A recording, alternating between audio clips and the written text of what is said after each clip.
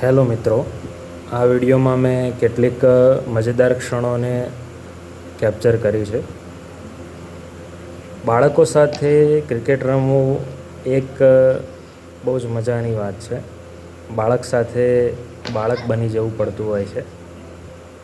એ ભૂલીને કે અભ્યાસ એ એક વસ્તુ છે અને બાળકની રસ અને અભિરુચિ એ એક વસ્તુ છે.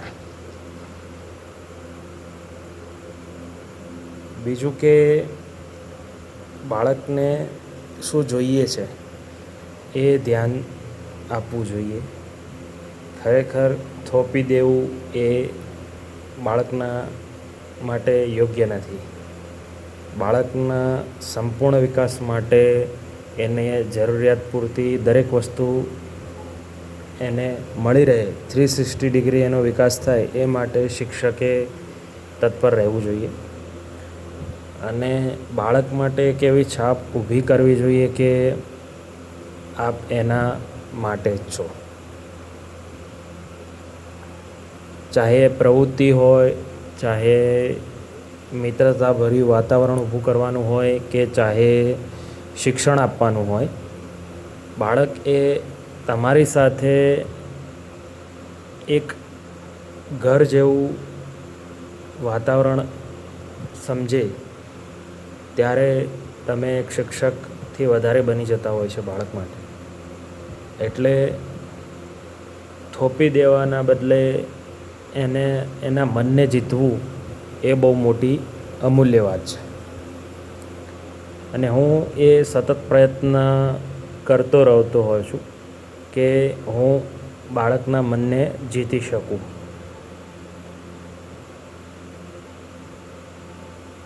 આ વિડીયોમાં આપ જોઈ શકો છો કે હું કોઈ પ્રવૃત્તિ કરાવી રહ્યો છું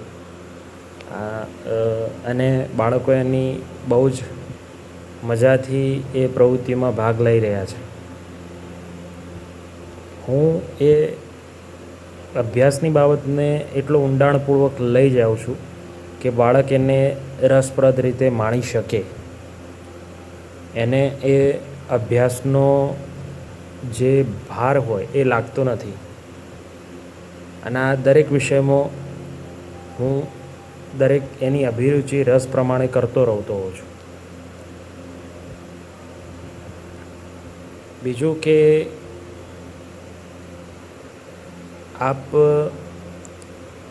પહેલાં એને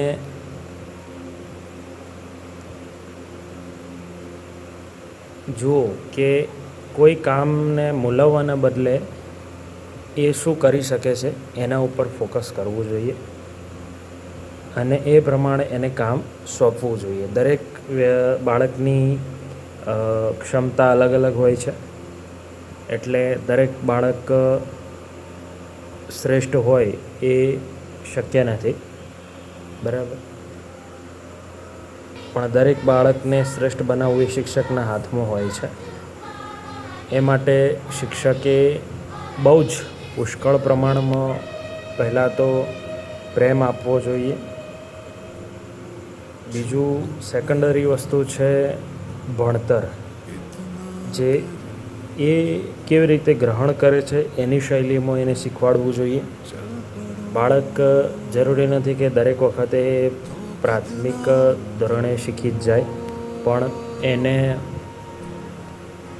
ધીમે ધીમે કરીને પુનરાવર્તનની દૃષ્ટિએ કે રમતગમત પ્રવૃત્તિની દૃષ્ટિએ પણ એને શીખવાડવાનો પ્રયત્ન કરવો જોઈએ. કારણ કે દરેક બાળક આગળ જાય એ જ અભ્યાસનો લક્ષ્ય હોય છે. દરેકનો વિકાસ થાય, દરેક બાળક પોતાના જીવનમાં એક સારું ભણતર લઈને આગળ જાય એવી જ શાળાની કાર્યશૈલી રહેતી હોય છે અને એ જ સમયની માંગ પણ રહેતી હોય છે.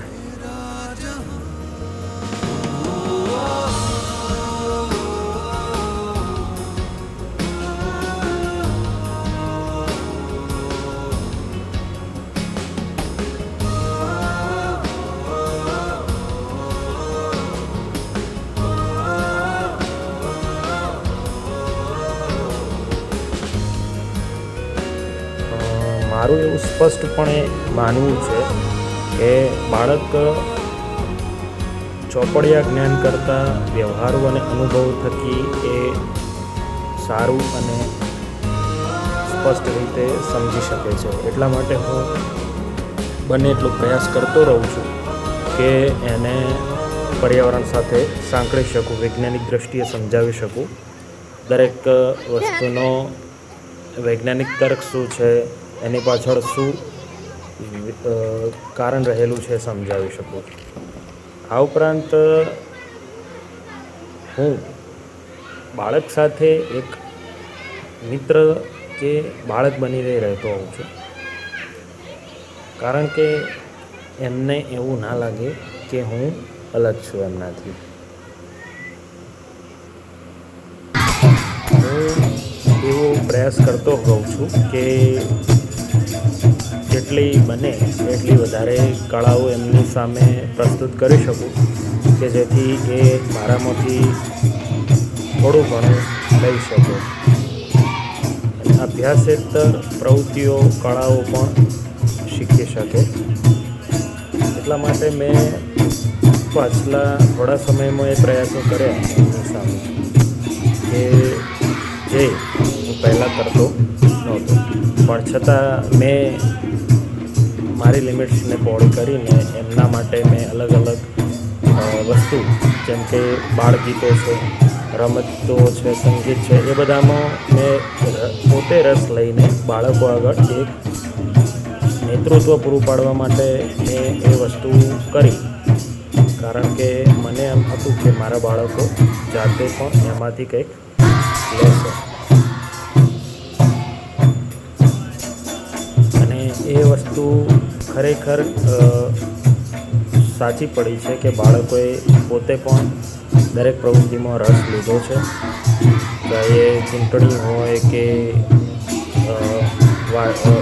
અલગ અલગ વાદ્યો વગાડવાના હોય, ગાયન ક્રિયા હોય, બાળગીતો ભજવવાના હોય કે કોઈ બી કામ હોય, છોકરા અને છોકરીઓએ બંને સારી રીતે કામ પાર પાડ્યું છે અને એ સમજે છે સારી રીતે. આ ઉપરાંત છેલ્લે હું મારી કેટલીક યાદગાર ક્ષણોને મૂકું છું અહીંયા, જે હંમેશા યાદગાર બની રહેશે.